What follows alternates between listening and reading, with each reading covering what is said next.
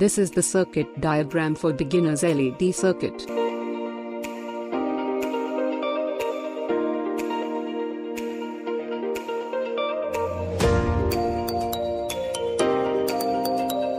Components used for this circuit are breadboard, 9-volt battery,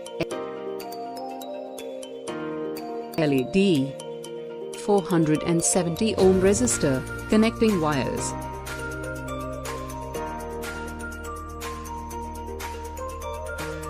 Longer pin of the LED is positive terminal, shorter pin is negative terminal. Place the LED on the breadboard.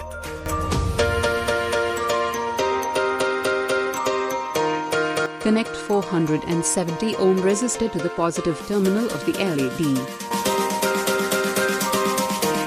Connect negative terminal of the LED to the negative rail of the breadboard. And connect other terminal of the resistor to positive rail of the breadboard using wire.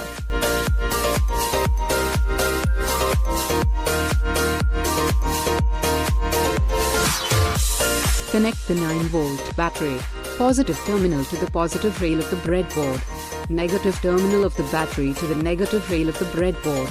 LED glows.